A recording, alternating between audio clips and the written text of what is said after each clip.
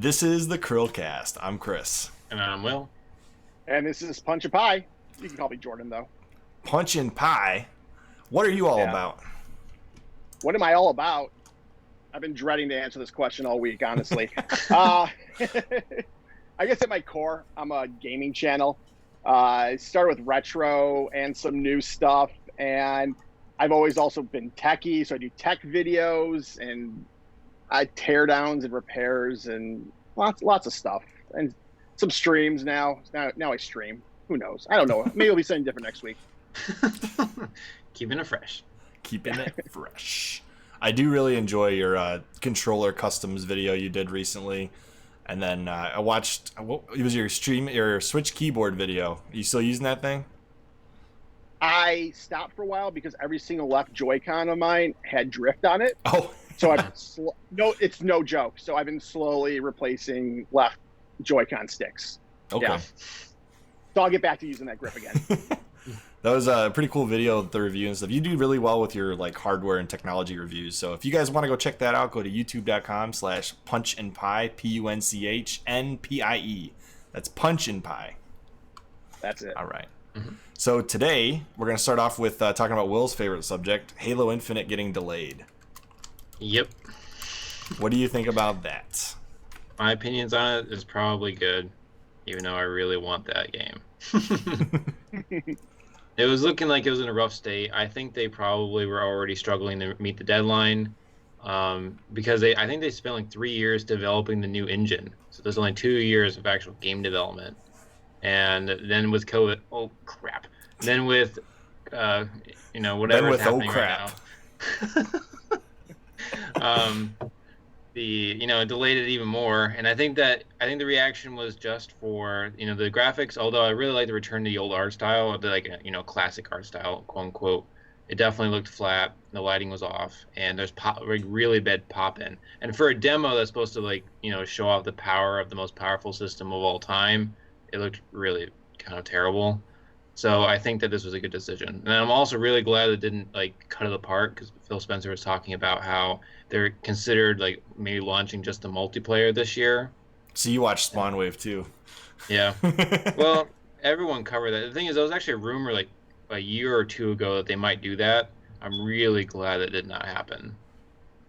Or if they were going to do that, then the multiplayer that they launched this December could have just been Halo multiplayer and then not been part of Infinite, and just have a Halo multiplayer that exists for the console. Or a open beta that was online that way everyone could get it, but it was more or less them not releasing the full game. Exactly. Well, I think a beta. Some flighting. Yeah. I think beta might be a cool thing. Like every Xbox Series X comes with Halo Infinite beta. That'd be kind of cool. That would be awesome. Fine with that. Because then everybody would know this isn't the final product, and it would be free. Yeah. I will say what's funny is you mentioned that the tech demo, it was a mess. It wasn't what you would normally expect when you would see a demo of a game, because it's usually the other way around. You see a game at E3 and it looks like the best you've ever seen in the whole world, and then you get it. It's like Watch Dogs. Remember that release? And oh my god, I thought it was the most gorgeous looking game I've ever seen. I got home, I'm like, yeah, there aren't Rocky Mountains on the north side of Chicago, but that's a whole other issue with that game. Probably it was a Killzone that looked unbelievably amazing on the PS3, and then they end up getting the games this looks nothing like.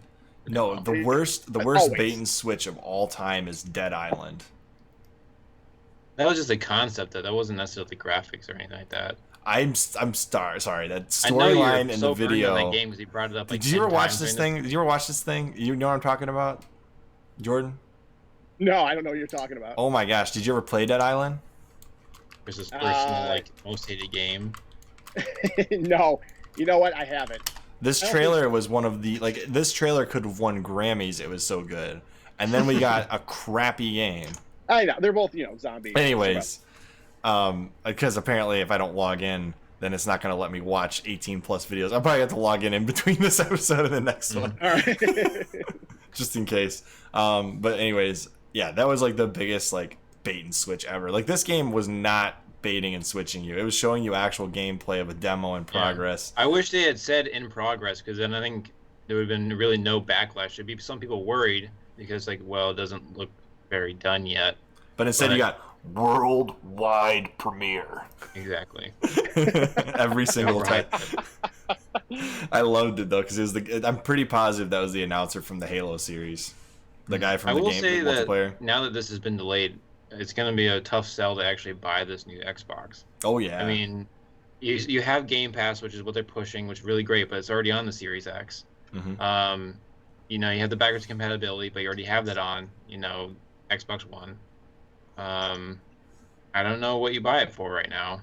And the thing is, it's the same thing with the PS5. I was looking at their exclusives, and like maybe if you want the DLC that's not a DLC Spider-Man game, that's it. I think. I don't think neither system is launching with a real killer app now. Yeah, No. that's a problem. But we all know the Xbox One X looks way better than the PS4 Pro. And the reason I keep looking at the size, I'm looking at my PS4 Pro, and for me, it's like I play mostly on PlayStation. I obviously own everything, but yeah, same here. I want the PS5 just so that way I can experience real 4K and not the checkerboard 4K I've been messing around with for 2 years. So, especially with the new Assassin's Creed that's going to come out, I'm a sucker for those games. So I definitely just got back into Xbox One land by buying the cheapest Xbox One I could find. But I really just bought it so I could have Halo again because I haven't had Halo 5 since I got rid of my Xbox One, and I want to finish that so I can finally finish the fight. Yeah. On that undeserved cliffhanger? Okay. Yes, exactly. But I'm probably going to be just as mad as when I finished Halo 2 and he said, finishing this fight, and then there was nothing. No, Halo 2, I honestly, I was upset with that ending, but I still felt good about it. And I was excited for the next game.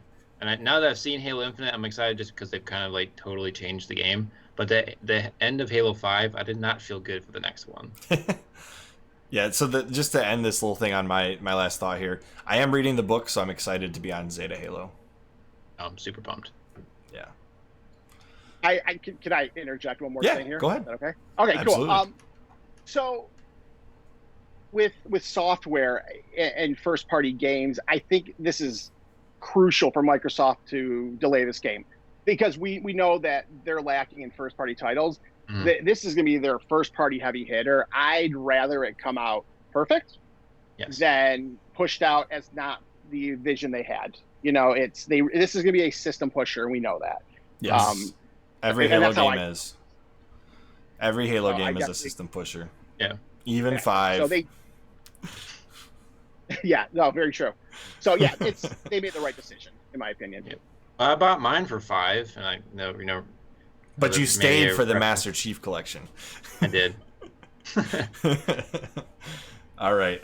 So the next mini topic here, now that we've got the Halo out of the way, Ghost of Tsushima is the highest rated game of the entire generation. Freaking amazing. And I probably will actually have to buy it. I haven't yet, but I probably will. I haven't bought it yet either. Don't worry about it. I haven't bought 2 of the big exclusives this year. I haven't bought Last of Us 2, and I have not bought this one yet either. And that's crazy that they released them so close to each other because I just finished Last of Us 2 last week. So now I'm dragging my feet, but now I can pick up the next game. But it's not everybody is 20 years old and can knock out a single player game in a weekend anymore. So right. It's surprising they didn't hold these games as launch titles. I think they wanted to, and then when that gameplay leaked, they decided not to. It seems kind of strange to just change their whole plan like that. Because I mean, these are two very good games from basically every consensus. So well, to be think fair, that they would launch. The negative outcry from that footage that came out, and it swept across the internet like crazy. Everybody was covering it. It was ridiculous the amount of people covering Last of Us Part 2. At that point in time, you either deliver or you cancel, because it was like, if you didn't deliver now, it's going to be that negative taste all the way through the holidays. And then when you launch the PS5 with Last of Us Part 2 and there's that negative criticism going on the whole time, it's like, that's not a good look. You don't want to delay it that long. I think releasing it right when they did was perfect because they could capitalize on the most sales. It had the most hype and the most, criticism at the same time. So believe it or not, I avoided the spoilers, and I still have. Now that I finished the game, I kind of forgot the spoilers existed. I'm glad you said something, because now after we do this show, I'm gonna go look to see what was actually leaked out. I did everything in my power to avoid it because I did not want the game ruined for me. Yeah, Thank that's you. hard to do, honestly. It is, absolutely. It is. It was really hard to do. Part 1 was a beautiful game. I just couldn't get into the game mechanics at all. I really had a hard time with that game. Me too. And everything that was uncomfortable about the first game, they fixed with the second game. Like, Okay. I'm actually excited to go back for a new game plus to get the platinum trophy, because I thought the gameplay was that fun, and it was that I can't think of the word I'm looking for here, but it just felt so natural with the way you build your weapons and all that I don't mind going through and doing a second playthrough just to get the trophy. The real question is, did you like the story? It was a bit of a mess. You want my honest opinion, or Sure, go ahead. you want me? I don't want to spoil it for you if you haven't played it yet. So, are you aware of Joel's outcome? Yes, Mhm. absolutely. Okay. I've been spoiled, I know. Okay, it makes no sense how Joel would end up in that situation. If you played the first game, you know Joel. He trusts no one. He just randomly trusts this random girl and just goes with her people. And none of that made any sense. They kind of, I don't know. I didn't like it. To me, it was just lazy writing. They're like, oh, how can we squeeze in this new character, Abby, and have her kill off Joel? And they're like, oh, this makes sense for us, and that's what they did. But it was lazy writing, in my opinion. And I didn't like the way the game ended. It was just sloppy writing. It didn't make sense, like the way it worked out. I'm gonna say it for another time, but I have like a rewrite idea for how I would have ended the game, exactly where it ended, but with a different path to that last 5 minutes. Okay, that makes sense. We'll definitely have to check that out if you actually do that. Okay, yeah.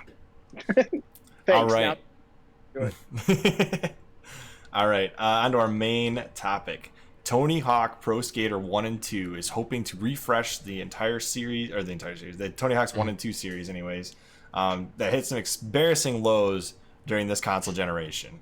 The last attempt at a remake, Tony Hawk Pro Skater HD, which I didn't even know came out, didn't meet fan expectations due to entirely different gameplay feel brought by the Unreal Engine 3.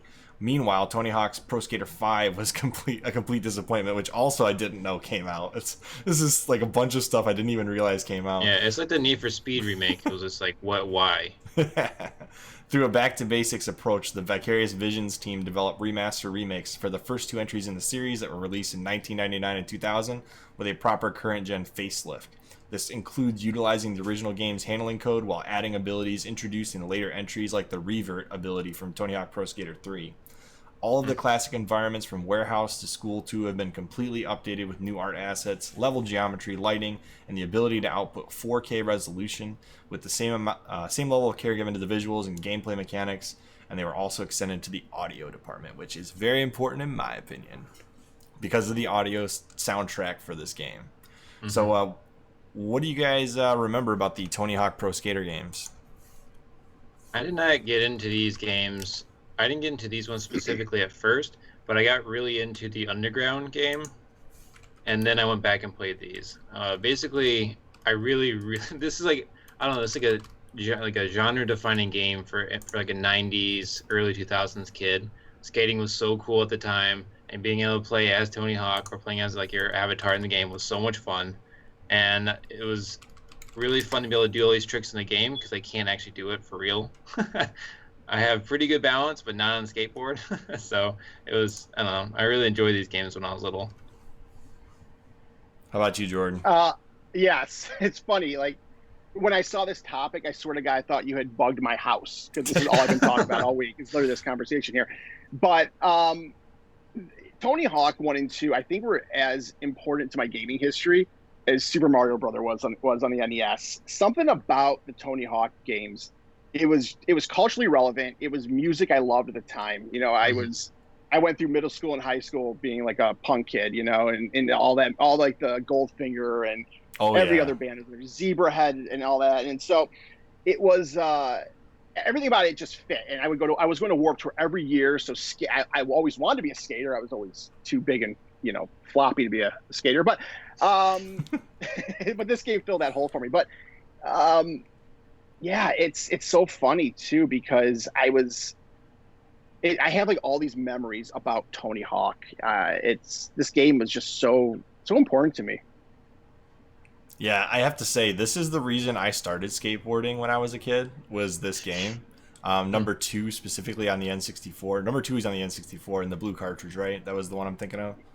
Yep. Yeah, that game literally got me into skateboarding because I just loved it. The mechanics were so tight too. It was like I'd never played a game on like wheels that had that good of a like just mechanics in a game. And to have a remaster without that tight control system they had in the original, I think would be a huge mistake. You know what I mean? Like when you do a remake and you change the mechanics entirely, that like takes away all the nostalgia, right? Like the Crash Band. Can you imagine if they did the Crash Bandicoot remake and they changed like how Crash jumped and handled, like entirely? Oh, it'd be awful. Awful. So this is the way to do it. What Vicarious Visions has done, which they did the Crash Bandicoot trilogy too, has been a masterpiece with their remakes. I think they're one of the best remastering or remake companies out there. But Vicarious Visions made these games, though. Did they originally make them? Yeah, these are their Okay, I games. didn't realize that. But they also did the Crash Bandicoot remake, so they obviously have very good remake, just like handling of games, in my opinion. Yeah, respecting the source code and evolving it, basically. To get 4K out of that old engine, I can't imagine that was easy. No, not at all. Oh man, I'm so excited. Jeff Rowley, The Dark Slide, greatest thing ever. Oh yeah. But how much did you love chopped up music on your N64 cart? I honestly did not. It didn't bother me that much. I was just so excited to hear Goldfinger, Superman. Yeah. I just didn't even care. I mean, I was too young to really care, to be honest with you. Yeah. I just love the fact that it was there. So, and it was the reason I bought some Goldfinger music actually, because I hadn't heard Goldfinger prior to that game. Yeah. I liked some other ska bands. Like I liked, I guess Smash Mouth is technically a ska band. Their first album was a good punk album. That first album. I don't know if you remember that or not. I think I have that one too. I'd have to remember which one. Is it the what is that called? Something with the sun, right? Fush You Mang. Oh no, I have heard that one, but no, I don't own that one. I have heard that one. Their first album is like a straight punk album. It's really strange how quickly their sound changed. It did, because then you hear like I'm a believer in like Shrek, and it's like, whoa, you guys have changed. They just kind of do their own thing. They do. Yeah, gotta give them that. As far as remakes go, like, what are some remakes? Like, obviously, Tony Hawk's Pro Skater HD didn't do so well, but what are some other remakes you guys can think of that were of great games and didn't do a good job? I know, Will, you got some complaints about the Halo CE anniversary. Yeah, well, that one completely changes the atmosphere of the game. So, although I do like the updated visuals in some spots, particularly in levels with the flood, it no longer is like spooky and atmospheric. There's no longer like a cloud of mist that covers up the fact that the Xbox couldn't load the level. So now it's just, instead of looking like a swamp with mist, it looks like a rainforest in like the Guilty Spark level, and just it's not scary anymore. So it really changed the feeling of the game. They did not respect the source code for sure. That's an important thing, though, to respect the source code when you remake a game, because like Shadow of the Colossus HD would not play nearly as well if they completely changed it. They did make some quality of life improvements to the game when they made the HD version of Shadow of the Colossus the second time, because they already did it once on the PS3.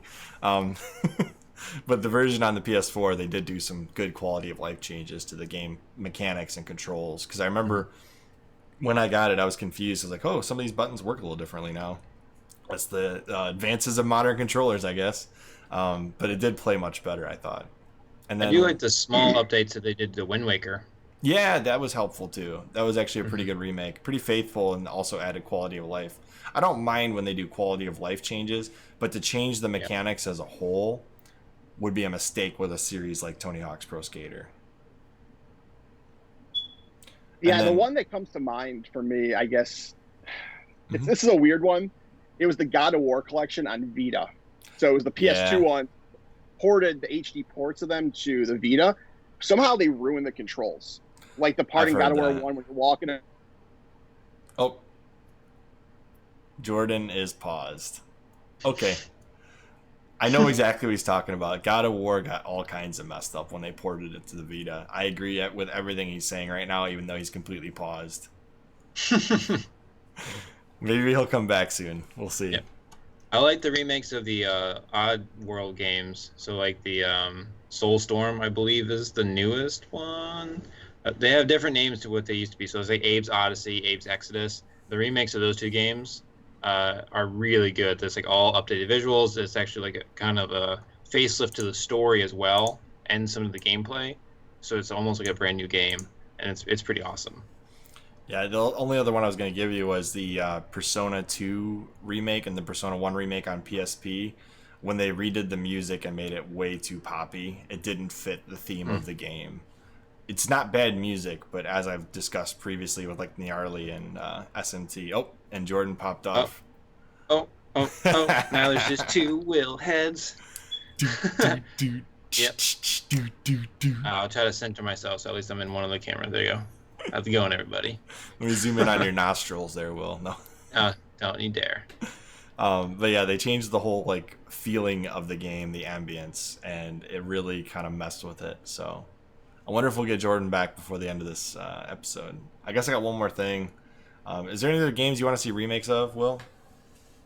Yeah, well, one of them was Knights of Amalur, and they're doing that, so I'm very excited about that. I would love to see a remake of Munch's Odyssey, speaking of the Oddworld games. Maybe an HD remake of, or remaster, I don't want to say like, not redone, just like an HD uplift of Halo 3. I know some people are going to be super upset that I said that, but I would love to have more blur cutscenes, like in Halo 2 Anniversary. Let's see, what are some other games that I really like? I would love for them to remake Spider-Man 2. They came out on the Xbox and GameCube and PlayStation 2. Did you see that there was a Spider-Man 4 planned? Yes. Originally? Yeah. Yes. Cool. I didn't. I think there's like a leaked game, and that someone's covered that recently. But I knew there was a movie that was planned. This couldn't make it work, I guess. Right. What are some other games that would be really awesome to be remade? I think that would make me happy, honestly. Just those ones for now. Oh, I would love to like an actual faithful remake of Star Fox 64, but on a home console. Hey, Jordan's back. He's back. What happened? My internet actually went out. Has this ever happened on the show before? Yeah, it's all good. We just kept going. We can roll with everything. We're like we're pros now. I am so sorry. Am I the first one that this has happened to? No. Will's actually dropped out before. Yeah, several times. Good to know. Yeah, I think he dropped out with Timmy that one time, and Timmy was doing what Will did, where he was like popping between the screens like Will just did. So when you drop out, Will takes up both of the screens on the frame, as it should be, and then he just goes like this, whoop, and he goes from one frame to the other because his head's so big. So we were just talking about what games we would like to see remade, and since we've already talked, we'll let you jump on it. Oh my God! All right, so what would I like to see remade? Give us a top 3. Ooh, top 3 remakes. Oh my God! You guys are really putting me on the spot here. Let me think. All right, I'll give one more. I want the Persona 3 games, Definitive Edition HD. Oh my God! Thank you so much. Yes, perfect. I want Persona 4. Persona 4 is my favorite. Something about those characters I have such a weird relationship with. Like I cared about them. Scooby-Doo and the gang. What's that? Scooby-Doo and the gang. Yeah, it's like the mystery, it's basically Scooby-Doo, and you look at all the characters, like Fred is Chad, which is Yu Narukami. Yeah. So yeah, it's just absolutely. Yeah, no, I would love to see 4, 3, and 4 would be awesome, completely remastered from the ground up.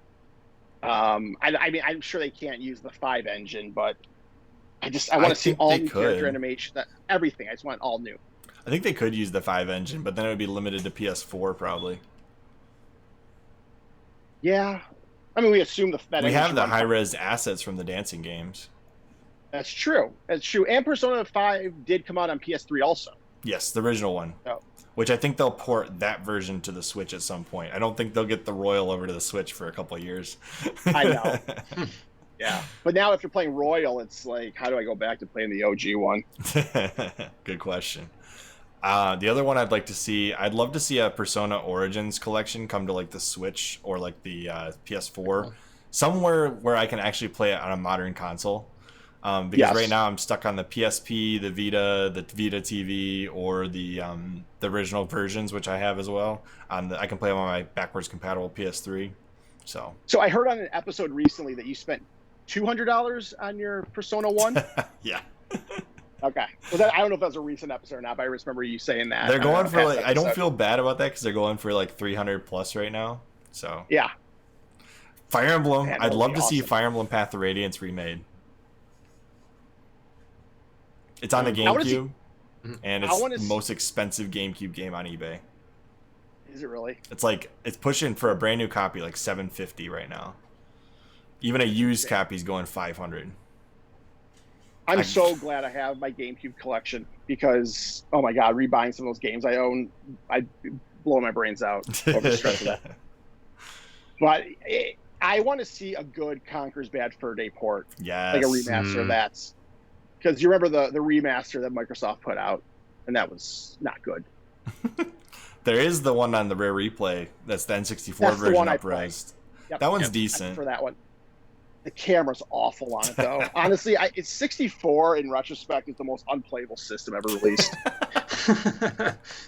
Yeah. Because it only had one analog stick, truthfully. So like it's very difficult it's very difficult to emulate the C buttons with a second analog stick correctly. Yep.